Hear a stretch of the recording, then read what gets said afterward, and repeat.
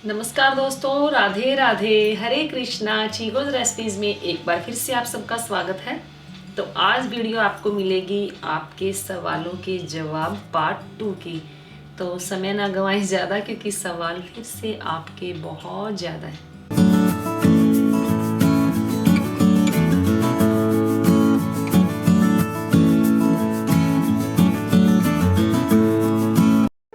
Subscribe करें chikoo recipes को और बेल आइकन को टैप करें मेरी हर वीडियो सबसे पहले देखने के लिए।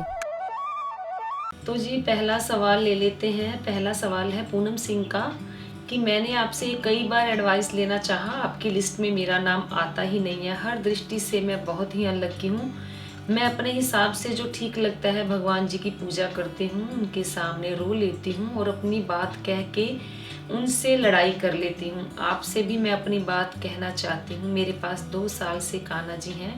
उन्हें मैं सुबह शाम किशमिश का भोग लगाती हूँ और किसी ओकेज़न पर जो स्पेशल खाना बनाते हैं विदाउट ऑनियन गार्लिक का भोग लगाकर ही हम लोग खाते हैं। बट दोपहर या रात को सुलाती नहीं हूँ, बिकॉज़ वो भगवान जी हैं, उन्हें मैं कैसे सुला सकती हूँ। मेरी कोई औकात नहीं, मैं कान्हा जी के पैरों की धूल बन जाऊँ, यही मेरा अहोभाग्य है। बस अब मैं आपके विचार जानना चाहती हूँ। तो जी आपने ये कैसे सोच लिया कि आपका नाम ही नहीं आता? हो सकता है ठाकुर जी की अभी तक इच्छा ही ना हो, या आपके सवाल का मेरे पास कोई जवाब ही ना हो, इसलिए ठाकुर जी ने आपका जो सवाल है मेरे आगे नहीं लेकर आई। क्योंकि मैं हमेशा आप लोगों को बोलती हूँ कि जो होता है ठाकुर जी की इच्छा से होता है, हरी इच्छा से होता है। मैं जो भी सवालों के जवाब देती हूँ, मेरा कोई प्रिपरेशन नहीं होती है कि मैं ये सवाल का जवाब ये दूंगी, ये सवाल का जवाब ये दूंगी। ऐसा नहीं होता है। जब भी सवालों के जवाब देने बैठती हूँ, सबसे पहले ठाकुर जी को याद करती हूँ कि मैं जिसके भी सवालों के जवाब दूँ वो ठीक होने चाहिए और उन्हें भी अच्छे लगने चाहिए, ताकि वो उनका अनुसरण कर सके। तो बस यही होता है। फिर जब मैं आप लोगों के सवालों के जवाब दे देती हूँ, खुद अपनी वीडियो देखती हूँ, तब मुझे खुद को लगता है कि क्या मैंने इस सवाल का जवाब ये दिया था, मुझे खुद नहीं पता होता। तो बस हरी इच्छा थी, ठाकुर जी की कृपा होगी कि जो आपका सवाल मेरी आंखों के सामने नहीं आया। तो आपने बोला कि मैं हर दृष्टि से बहुत ही अनलक्की हूँ, अपने हिसाब से जो ठीक लगता है भगवान जी की पूजा करती हूँ, उनके सामने रो लेती हूँ। तो जी कोई भी लक्की नहीं होता, कोई भी अनलक्की नहीं होता। सबसे पहले तो आपकी गलत बात यही है कि क्योंकि आपकी नेगेटिविटी यहीं से देख लें कि आपने अपने आप को अनलक्की मान लिया। किस हिसाब से आपने अपने आप को अनलक्की माना? हमारी सबकी किस्मत ईश्वर ने बहुत अच्छी लिखी है। वो इसलिए क्योंकि अगर आज वो हमें कुछ नहीं देते हैं तो वो हमारे भले के लिए है, या हो सकता है इससे ज़्यादा अच्छा देना चाहते हो, या हो सकता है कि हमारे अंदर वो बहुत बदलाव लाना चाहते हो, या हमारे अंदर और ज़्यादा परफेक्शन लाना चाहते हो। ये बात हुई। क्योंकि ठाकुर जी सभी की सुनते हैं, ऐसा नहीं है कि वो सभी की नहीं सुनते। वो सभी को सभी कुछ देते हैं, लेकिन हम जो उनसे लेते हैं, हमारा नज़रिया कैसा है वो देखना चाहिए। क्योंकि कुछ लोग होते हैं कि सुख सुख देते रहते हैं, तो ठाकुर जी बहुत देते हैं, जहाँ दुख आया तो वहाँ उन्होंने ठाकुर जी का पल्ला छोड़ दिया। ऐसा नहीं होना चाहिए। फिर आपने बोला कि उनके सामने रो लेती हूँ, अपनी बात कह के उनसे लड़ाई कर लेती हूँ। आपसे भी मैं अपनी बात कहना चाहती हूँ, मेरे पास 2 साल से। तो जी ठीक है, आपके पास उनसे लड़ लेती हूँ, क्योंकि वो हमारे परम पिता है, हमें उनसे लड़ने का हक है। क्यों नहीं लड़ेंगे? किसी और के सामने रोने से अच्छा है आप अपने भगवान के सामने रोएं, अपने ठाकुर के सामने रोएं। अगर आप किसी और के सामने अपनी जो प्रॉब्लम है लेकर जाएंगे, आज वो बड़े प्यार से सुनेंगे, कल वही आपकी मजाक उड़ाएंगे। तो ठाकुर जी के सामने रोएंगे तो एक तो हमारा उनके प्रति जो भाव है वो बढ़ेगा, ठाकुर जी को भी लगेगा कि इसका मेरे प्रति बहुत भाव है। नंबर 1। नंबर 2, हम उनके साथ जो भी चीज़ें शेयर करेंगे वो उसका हमें सॉल्यूशन ही देंगे, ना कि वो किसी और को जाकर कहेंगे कि इसने मुझसे ये कहा या इसने मुझसे ये मांगा। रही बात आपने कहा कि मैं सुबह शाम भोग लगाती हूँ, किशमिश का लगाती हूँ, किसी स्पेशल ओकेजन पे प्याज बिना प्याज लहसुन का खाना दे देती हूँ। तो ठीक है, आपके अपने भाव हैं। हो सकता है ठाकुर जी आपसे अभी इतनी ही सेवा चाहते हो तो वो सेवा आपसे ले रहे हैं। जिस दिन उन्हें लगेगा कि आप उनको रोज़ भोग लगाएं, सुबह शाम दोपहर, तो वो आपसे खाने का भोग, अन्न का भोग डेली भी लेने लग जाएंगे। फिर आपने कहा कि ठाकुर जी मेरी सुलाने की कोई औकात नहीं है। तो जी देखिए, वैसे तो हमारी औकात ठाकुर जी को भोग लगाने की भी नहीं है, तो हम भोग लगाते हैं ना, ये हमारे अपने भाव हैं, क्योंकि किसी ना किसी रूप में हम उनकी पूजा तो करेंगे ही ना। ईश्वर तो निराकार है, उसका कोई आकार नहीं है, वो तो एक एनर्जी है, एक उसे महसूस करने की चीज़ है। लेकिन अगर हमें उनके प्रति अपना प्रेम बढ़ाना है तो हम किसी ना किसी रूप में कोई ना कोई संबंध बनाकर उनसे पूजा तो करेंगे ही करेंगे।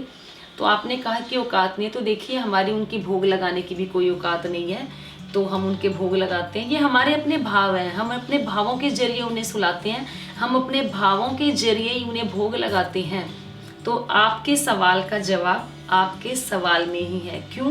क्योंकि आपने, अगर आप कहते कि मैं भोग भी नहीं लगाती हूँ, किसी स्पेशल ओकेजन पे भी नहीं लगाती हूँ, सुबह शाम भी नहीं लगाती हूँ, सिर्फ घर में विराजमान कर रखा है, मैं पूजा करती हूँ, तो भी मैं आपकी बात मानती हूँ, लेकिन आप भोग भी लगाती हैं, तो भगवान तो खाते भी नहीं हैं। ठीक है, नहीं खाते हैं वो सिर्फ दृष्टि भोग लगाते हैं। और भगवान सोते भी नहीं है, तो जी बिल्कुल भगवान नहीं सोते हैं, वो हमारे भावों से सोते हैं। तो हम अपने भावों के जरिए उन्हें सुलाते हैं, भावों के जरिए उठाते हैं। ये हमारे अपने भाव हैं, या यूं कहें कि भगवान के प्रति हमारा प्रेम प्रकट करने का ये एक तरीका है।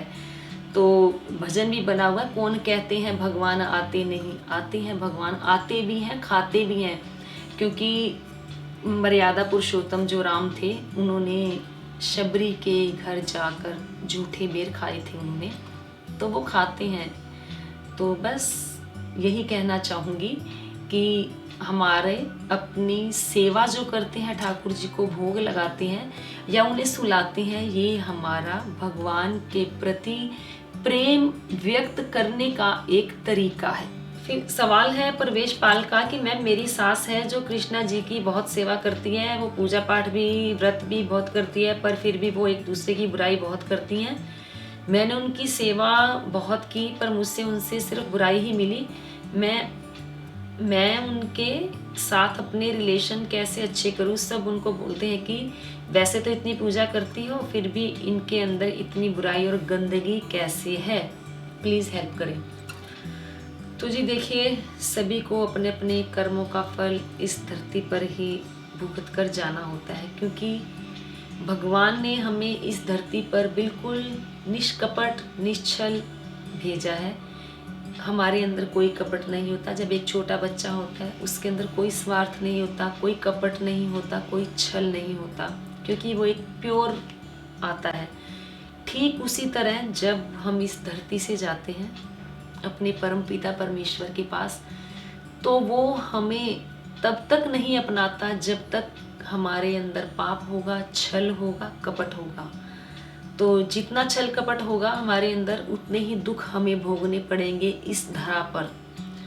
तो हमेशा, जैसे मैंने आजकल पोस्ट भी डालनी शुरू की है कि कर्म अच्छे करो, कर्मों की गठरिया अच्छी करो, अच्छे कर्मों से भरो, ताकि हमारा जब अंतिम समय आए तो हमें तकलीफ ना हो।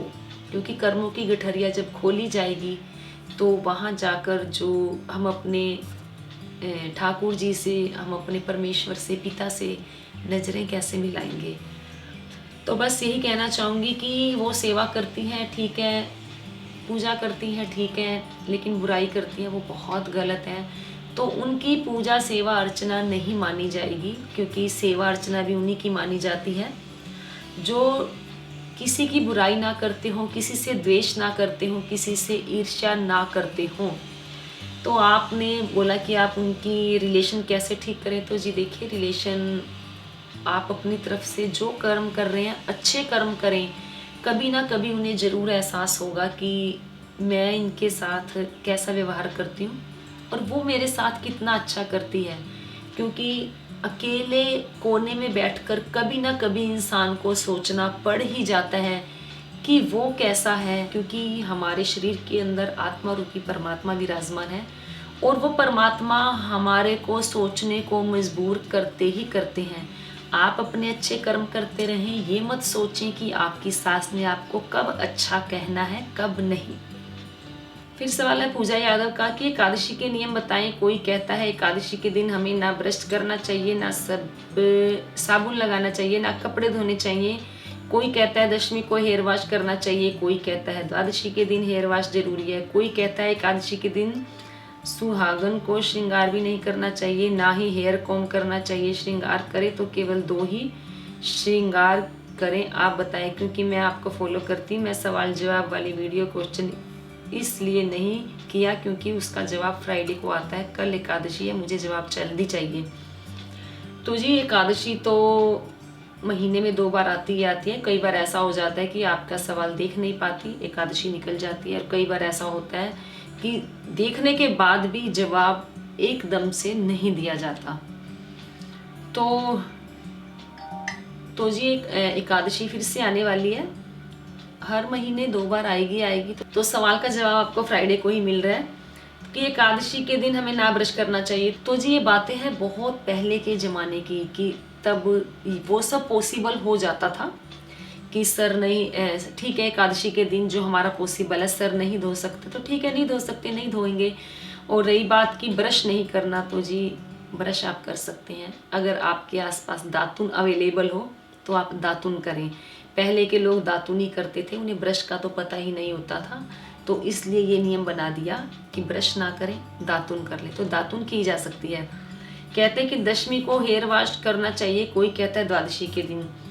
तो जी दशमी को दिन आप हेयर वॉश कर सकते हैं, तो ऐसा ज़रूरी भी नहीं है कि आपने जैसे दशमी से एक दिन पहले, जैसे थर्सडे है, थर्सडे को हेड वॉश नहीं किया जाता, वेडनेसडे को आपने हेड वॉश किया है, थर्सडे को नहीं किया, फ्राइडे को आ गई एकादशी, तो कैसे हेड वॉश करेंगे। तो 2 दिन तो सर नहीं भी धोया जाएगा तो चल जाता है। रही बात द्वादशी के दिन हेड वॉश करना चाहिए नहीं करना चाहिए। अगर एकादशी के दिन आपने व्रत किया है तो द्वादशी के दिन आप व्रत का पारण करके हेड वॉश कर सकते हैं। ऐसा नहीं कि द्वादशी के दिन सुबह सुबह उठे, कुछ खाया नहीं, कुछ पिया नहीं, व्रत का पारण नहीं किया, आपने हेड वॉश कर लिया। ये नियम है, ये नियम मैंने अपनी मम्मी से सुना है, क्योंकि कई बार वो यहाँ आती हैं, द्वादशी होती है तो उनको वो मुझे बोलते हैं कि बिना खाए पिए द्वादशी के दिन हेड वॉश नहीं किए करना चाहिए, पहले व्रत का पारण करें फिर आप हेड वॉश करें। रही बात कॉम ना करने की, तो जी पहले लोग बोलते थे कि एकादशी के दिन जो बालों में कंघी नहीं करनी चाहिए। आज के टाइम में ऐसा पॉसिबल नहीं है, आप कंघी कर सकते हैं। रही बात श्रृंगार की, केवल 2 ही श्रृंगार करने चाहिए। ऐसा क्यों? श्रृंगार तो श्रृंगार है, आपने श्रृंगार 1 किया या आपने 2 श्रृंगार किया, श्रृंगार तो श्रृंगार है। तो ये सब भ्रांतियां हैं, ये मिथ्या है, ऐसा कुछ भी नहीं है। हाँ, सिर्फ ये कहना चाहूँगी एकादशी के दिन आप हेड वॉश ना करें, एकादशी के दिन खिचड़ी चावल का सेवन ना करें, एकादशी के दिन खिचड़ी चावल को साफ भी नहीं करना चाहिए। उसके पीछे लॉजिक ये है, अगर आप साफ करेंगे तो कहीं ना कहीं उसका एक दाना आप मुंह में डाल लेंगे, जिससे कि आपको दोष लगेगा। और ये भी मैंने बताया हुआ है कि एकादशी के दिन चावल क्यों नहीं खाने चाहिए, क्योंकि अगर एकादशी के दिन हम चावल खाते हैं तो महर्षि मेघा के रक्त और मांस को हम खाते हैं। तो बिल्कुल सिंपल है, सिर्फ सर ना धोएं, व्रत करें, द्वादशी को सर धोएं, लेकिन व्रत के पारण के बाद। फिर सवाल है, मैं इसमें आपका नाम भी नहीं है, कि एक क्वेश्चन है, तुलसी की माला धारण की हुई है पर मुझे अभी पता लगा कि इसमें प्याज लहसुन ग्रहण नहीं करना चाहिए, पर अभी घर में सभी खाते हैं, मुझसे जहाँ तक होता है अवॉइड करती हूँ खाना, तो अब क्या मैं तुलसी माला नहीं डाल सकती? बिल्कुल भी उतारना नहीं चाहती हूँ माला। तो जी आप बिल्कुल भी ना उतारे तुलसी माला। प्याज लहसुन आपने खुद ही कहा कि पहले खाती थी, अब जहाँ तक हो सकता है अवॉइड करती हूँ। मेरे साथ भी यही होता था, मुझे सब बोलते थे प्याज लहसुन खाती है और तुलसी माला धारण करती है। तो कोई बात नहीं, हो सकता है हरि की यही इच्छा होगी। मैं प्याज लहसुन भी खाती थी, तुलसी माला भी धारण की हुई थी, लेकिन जैसे जैसे समय निकलता गया मेरी जो प्याज लहसुन है वो अपने आप छूट गया, तो प्याज लहसुन मैं नहीं खाती हूँ। और आपने बोला कि मुझे अभी पता लगा कि, तो जी बिल्कुल आप अपनी तुलसी माला धारण करे रहें, हरि की इच्छा होगी, प्रभु की कृपा होगी, आप जल्दी ही जो प्याज लहसुन है वो खाना छोड़ देंगे। फिर सवाल है सुमन का, या प्लीज़ आपका पूरा नाम नहीं आया वो आपका भी, मेरे पास भी गोपाल जी आ रहे हैं बताइए कि कौन कौन से बिस्किट का गोपाल जी को भोग लगा सकते हैं। तो जी बिल्कुल जो भी एगलेस हो, यानी कि जिन बिस्किटों में, जिन कुकीज़ में अंडा ना हो, उसका भोग आप लगा सकते हैं। फिर सवाल है सुभाष का कि राधे राधे बहन, मैं लंबे टाइम से आपको सुनती हूँ, मैं भी वृंदावन जाती हूँ, आपसे पूछना चाहती हूँ कि मेरी बेटी को अपने आप डर लगता है और फिर दवाई लेनी पड़ती है, ऐसा मैं क्या करूँ कि मेरी बेटी ठीक रहे। मेरा नाम सरिता है। तो जी सरिता जी, सबसे पहले तो अगर आपकी बेटी को डर लगता है तो आप उन्हें क्या, डॉक्टर को आपने जैसा बोला कि दवाई लेनी पड़ती है, ठीक है, डॉक्टर को दिखा रहे हैं, ट्रीटमेंट उनका ज़रूर जारी रखें। लेकिन जैसा कि आप उन्हें जब भी जो दवाई दें या जो भी चीज़ उन्हें खाने को दें, तो आप उस खाने में अपनी पॉजिटिविटी डालें। जो खाना आप बनाएं तो उसमें यही बोलें कि हे ठाकुर जी, आप मेरी बच्ची को ज़रूर ठीक करें। और आप अपने मन ही मन बोलें कि बेटा तुझे ठीक होना है, क्योंकि जैसा भोजन बनाते हुए हम उसके अंदर जैसी एनर्जी डालेंगे, वैसा ही प्रभाव आपके बच्चे पर पड़ेगा। तो खाते वक्त, तो खाना बनाते वक्त या उसको खाना परोसते हुए, उसको खिलाते हुए अपनी पॉजिटिविटी डालें। अपनी लड़की को अपने दाएं हाथ की तरफ ही ज़्यादा बिठाएं। जब भी दवाई दें उसको अपने दाहिने हाथ की तरफ बिठाएं। और पानी भी पिलाएं तो भी पानी में फूंक मारकर यही बोलें कि तुझे ठीक होना है, तुझे किसी से डरने की ज़रूरत नहीं है, नंबर 1। और दूसरा ये कि आप अपनी बच्ची को योग करवाएं, प्राणायाम कराएं, कपालभाति करवाएं और अपने बच्चे के पास ज़्यादा से ज़्यादा उन्हें समय दें और उन्हें हर छोटी छोटी बातों को समझाएं और उनसे पूछें कि डर क्यों लगता है। तो क्योंकि एक माँ होती है, वो अपने बच्चे के बहुत करीब होती है और बच्चे अपनी माँ से ही सबसे ज़्यादा बातें शेयर करते हैं। तो कहीं ना कहीं आपको ठाकुर जी की कृपा से हल मिलेगा और आपकी जो बच्ची है वो जल्दी से जल्दी स्वस्थ भी हो जाएगी। लेकिन उसके लिए आपको थोड़ा प्रयास करना होगा। जैसा मैंने बताया, अपनी पॉजिटिव एनर्जी आपको उस बच्चे में डालनी है, उसके खाने में डालनी है। जब भी दवाई दे तो भी आपको अपनी पॉजिटिव एनर्जी ही डालनी है। और पॉजिटिव एनर्जी भी इतनी स्ट्रांग होनी चाहिए, आपका दृढ़ विश्वास होना चाहिए कि मेरे ठाकुर जी तो तुम्हें ठीक करेंगे ही करेंगे। क्योंकि जो भी गेम होती है ये एनर्जी की ही गेम होती है और आपको अपना विश्वास बिल्कुल पूरा रखना है। तो थोड़े ही समय में देखेंगे कि आपकी जो बेटी है उसमें जो चेंजिंग है वो आने शुरू हो गए हैं। लेकिन उसके लिए आपको फिजिकली एक्टिविटी भी उसको करवानी होगी, उसको आप प्राणायाम जरूर करवाएं। और मैं भी ठाकुर जी से यही प्रार्थना करूंगी कि जो आपकी बेटी है जल्दी से जल्दी स्वस्थ हो जाए। फिर सवाल है सक्षम का कि मैम आप प्लीज़ कृष्णा जी के संप्रदाय के बारे में बताएं ताकि लोगों को नाम दीक्षा लेने में आसानी आए। राधे राधे। तो जी, जो श्री कृष्ण की पूजा करते हैं, जो विष्णु की पूजा करते हैं, वो वैष्णव संप्रदाय से होते हैं। तो जी अभी इतना ही बताऊंगी कि जो वैष्णव संप्रदाय के होते हैं वो विष्णु की पूजा करते हैं, भगवान श्री कृष्ण की पूजा करते हैं, उन्हें वैष्णव संप्रदाय के नाम से साथ जोड़ा जाता है। तो जल्दी ही कोशिश करूंगी आपको इस पर पूरी डिटेल में वीडियो मिले। फिर सवाल है ब्लिसफुल का कि दुर्गा माँ को घर में स्थापित करने की सोच रही, नवरात्रों में तो दुर्गा माँ की डेली सेवा करनी पड़ती है क्या, या नॉर्मल मंदिर में रख के डेली बस धूप दीप दिखाकर भी पूजा कर सकते हैं? तो जी बिल्कुल, डेली माता रानी को डेली धूप दीप की ही पूजा की जाती है। रही बात भोग लगाने की, फ्रूट का भोग लगा सकते हैं और ड्राई फ्रूट का भोग लगा सकते हैं। बाकी नॉर्मल यही पूजा की जाती है कि आपने सुबह धूप दीप आरती करी, शाम को भी आपने उनकी धूप दीप आरती कर दी। फिर से वही सवाल आया कि निर्मला गौड़ है, कितनी चैरिटी किए, कभी उसका भी वीडियो बनाई।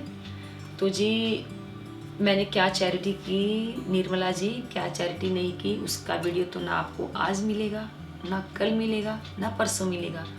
और आप इस बात की श्योरिटी देती हूँ आपको कि जीवन में आगे भी कभी भी आपको मेरे चैनल पर इस तरीके की कोई वीडियो नहीं मिलेगी कि मैंने क्या चैरिटी की है, क्या नहीं की है। चैरिटी की जाती है या जो दान दिया जाता है बिना बताए किया जाता है। जिस दान को गा दिया उस दान करने का क्या फ़ायदा। फिर सवाल है सतीश कुमार का कि आप सुबह में आप कितने बजे उठती हैं और पूजा में कितना टाइम लगाती हैं मैम? तो जी मैं सुबह 5:30 पौने 6 बजे के करीब उठ जाती हूँ और कई बार मैं 5 बजे भी उठ जाती हूँ। और जो पूजा में टाइम लगता है तो मुझे नहीं पता कितना टाइम लगता है, क्योंकि मंदिर भी साफ़ करना होता है डेली। जितने भी भगवान बैठे हैं उनको भी हल्के कपड़े से साफ़ किया जाता है। शालिग्राम जी को स्नान करवाया जाता है, उसके बाद ठाकुर जी को स्नान करवा के उनका श्रृंगार किया जाता है, पूजा की जाती है, आरती की जाती है। तो मेरे ख्याल से इसे इन सब कामों में 1 से 1.5 घंटा बड़ी आसानी से लग जाता है। फिर सवाल है कंकु राजपूत का कि मैं जब भी तुलसी का पौधा लगाती हूँ तो वो सूख जाता है, मैं क्या करूँ? मेरे घर में ठाकुर जी हैं, मैं उनकी सेवा करती हूँ जितनी मुझसे हो सकती है, लेकिन उनको तुलसी दल नहीं चढ़ा सकती, मैं क्या करूँ? आप प्लीज़ मुझे बताएं, मैं आपकी हर वीडियो देखती हूँ। तो जी, अगर आपके पास तुलसी का पौधा घर में नहीं टिकता है तो आप 3 से 4 पौधे लगाएं, उन्हें किसी हवा वाली जगह पे रखें। हो सकता है वहाँ धूप ना आती हो, उन्हें धूप में भी रखें। सुबह शाम धूप दीप करें। उसकी तुलसी जी की जड़ में आप कच्चा दूध और पानी मिलाकर डालें, थोड़ी सी हल्दी भी डाल दें। हो सकता है कीड़ा लग जाता होगा, इस वजह से जो पौधा है नहीं आता होगा। या आप तुलसी के पौधे में पानी ज़्यादा डाल देती होंगी, तो तुलसी के पौधे में कम पानी डालें, और डेली पानी डालना ज़रूरी होता है, तो बिल्कुल थोड़ा पानी डालें और उसकी हर हफ्ते गुनाई करते रहें, जैसे कि उसको मिट्टी को ऊपर नीचे करते रहें, तो जो आपकी तुलसी का पौधा है वो सूखेगा नहीं। फिर रही बात कि भोग किससे लगाएं, तो जैसे जो तुलसी का पौधा सूख जाता है उसकी डंडी होती है, वो भी ठाकुर जी के पास अगर आप रख देंगे तो भी भोग लग जाएगा। तुलसी माला ठाकुर जी के पास रख देंगे तो भी ठाकुर जी के भोग लगाया जा सकेगा। फिर सवाल है श्वेता अग्रवाल का कि आप बताओ कि आप कृष्णा राधा की ज्वेलरी कहाँ से लेते हो? जी, कृष्णा राधा की ज्वेलरी मैं लेती हूँ तो जी, राधा कृष्ण की ज्वेलरी है मैं कहीं से भी ले लेती हूँ, ऐसा नहीं कि पर्टिकुलर कोई शॉप है। वैसे तो रानी बाग में चड्डा स्टोर है, वहाँ से उनकी ज्वेलरी लेती हूँ, लेकिन पूरी ज्वेलरी वहाँ से भी नहीं लेती। मार्केट में जाती हूँ, जहाँ से भी मुझे जो सामान अच्छा दिखता है मैं ले लेती हूँ, और इस बात की श्योरिटी है कि मैं बहुत महंगा सामान नहीं लेती हूँ, बिल्कुल रीजनेबल सामान लेती हूँ। फिर सवाल है सिमरन का कि मैम अगर मंदिर में जगह कम हो तो रात को ठाकुर जी को मंदिर से बाहर सुला सकते हैं? तो जी बिल्कुल, ठाकुर जी को आप मंदिर से बाहर सुला सकते हो। फिर सवाल है गुलशन का कि मैम आपको पता है पहले मैंने नॉनवेज खाना छोड़ा, फिर मुझे बनाना पड़ता था, पर प्रभु की कृपा से मेरे पति देव ने भी नॉनवेज खाना छोड़ दिए, मैं बहुत खुश हूँ। तो जी बिल्कुल, प्रभु अपनी कृपा जरूर करते हैं, हरि अपनी कृपा जरूर करते हैं, बस आपके अंदर भाव होने चाहिए, शुद्ध भाव होने चाहिए, पवित्र मन होना चाहिए। तो जैसे आपने बताया कि पहले आपने नॉनवेज खाना छोड़ा, फिर आपके पति देव जी ने भी खाना छोड़ दिया। फिर सवाल है गुलशन काई की मैम मेरी माँ बोलती है बेटा जरूरी है, उसके लिए मुझे गर्भ हत्या भी करना पड़ सकता है, जो मैं नहीं चाहती, और ना ही मेरे पति। मेरी प्रभु की कृपा से पहले ही 2 बेटियां हैं, मैं अपनी माँ की बात नहीं मानकर उनका अपमान तो नहीं कर रही हूँ ना? तो जी, आप अपनी माँ की बात मानकर अपने प्रभु का अपमान करेंगी। मुझे समझ में नहीं आता, एक स्त्री होकर ऐसी बातें कैसे कर सकती हैं? अगर आपके घर में एक और बेटी जन्म लेती है तो रोना क्यों होता है? नहीं होना चाहिए। तो गर्भ हत्या करना पाप है, भ्रूण हत्या करना पाप है। तो आजकल तो अगर पता लग भी जाए तो आपके ऊपर जो केस है वो भी बन जाएगा, और जो पेनल्टी लगेगी वो अलग से। तो डॉक्टर भी फंसेगा और जो आप हैं वो भी फंसेंगे। आप अपनी माँ को यही समझाएं कि मुझे किसी कोर्ट कचहरी या पुलिस के चक्कर में नहीं पड़ना है, और मेरी आत्मा नहीं मानती, मेरे प्रभु मेरे अंदर विराजमान है आत्मा के रूप में, वो मुझे गवाही नहीं दे रहे हैं कि मैं हत्या करूं। तो बस, अगर आप अपनी माँ की बात मानेंगी तो आप अपने ठाकुर जी का अपमान करेंगे। फिर सवाल है अलका सहाय का कि पंचामृत क्या होता है मैम? तो जी, पंचामृत होता है दूध, दही, घी, शहद और गंगा जल, इन 5 को मिलाकर पंचामृत बनाया जाता है, और उसके अंदर तुलसी का जो पत्ता है वो भी जरूर डाला जाता है। फिर सवाल है भानु का कि मेरे मन में नेगेटिव बात आती है दी, मैं क्या करूं कि जिससे ये बात मन से निकल जाए? तो जी, विचार हैं वो आएंगे ही, नेगेटिव भी आएंगे, पॉजिटिव भी आएंगे। तो अगर आपके अंदर जिस चीज़ की ज़्यादा मात्रा होगी वही उबल उबल कर पूजा के समय आपके पास बाहर निकलेगी, तो ठीक है, आपके विकार बाहर निकल रहे हैं, तो आप पूजा रूपी औषधि आप अपने अंदर डाल रहे हैं, तो जो आपके विकार हैं वो बाहर आ रहे हैं। विचारों के रूप में, तो उन्हें आने दे। विचारों का काम है आना और जाना। तो विचार तो आएंगे ही आएंगे, अच्छे आए या बुरे आए। जिस चीज़ की मात्रा आपके अंदर ज़्यादा होगी वही विचार आएंगे। तो अच्छी बात है, आपके जो विकार हैं वो कम हो रहे हैं और जल्दी ही वो एक अच्छे विचारों का रूप धारण कर लेंगे। फिर सवाल है किंग अंकुर का माला जाप करना है पर मैं स्टूडेंट हूँ, टाइम ज़्यादा नहीं मिल पाता। तो जी कोई बात नहीं, टाइम ज़्यादा नहीं मिल पाता तो मानसिक जाप करें। जरूरी नहीं है कि आपको माला लेकर ही बैठना है।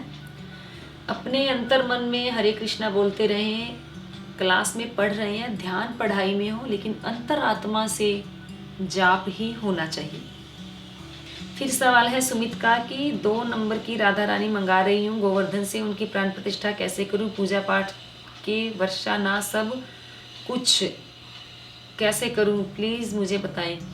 तो जी इसके ऊपर मैं काफ़ी वीडियोस बना चुकी हूँ कि प्राण प्रतिष्ठा कैसे की जाती है। जैसे ठाकुर जी की सेवा करेंगे वैसे ही आपको राधा रानी की सेवा करनी होगी। और प्राण प्रतिष्ठा आप मेरे चैनल पर जाकर देखें कि घर पर ठाकुर जी की प्राण प्रतिष्ठा, गोपाल जी की प्राण प्रतिष्ठा कैसे की जाती है। और हो सकता है आपको जो उसका लिंक है वो डिस्क्रिप्शन बॉक्स में मिल जाए। फिर सवाल है गेमर बॉय का, उन्होंने मैंने जो पोस्ट डाली थी उसके ऊपर किया है कि आपके विचार खुद को मोह से उद्धार करने वाला है, हर सांस में उसी का ही सुमिरन हो। किंतु दीदी आपको नहीं लगता बिना गुरु के आशीर्वाद थोड़ा कठिन है?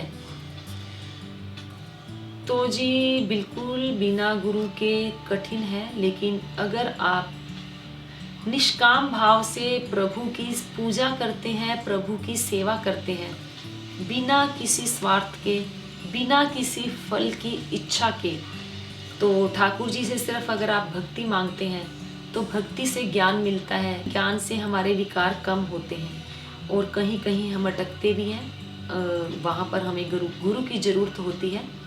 तो जी हरि कृपा के बिना गुरु कृपा नहीं हो सकती। मेरा नज़रिया तो यही है कि जब हरि की इच्छा होती है तभी गुरु धारण किया जाता है। मैंने अभी तक गुरु धारण नहीं किए।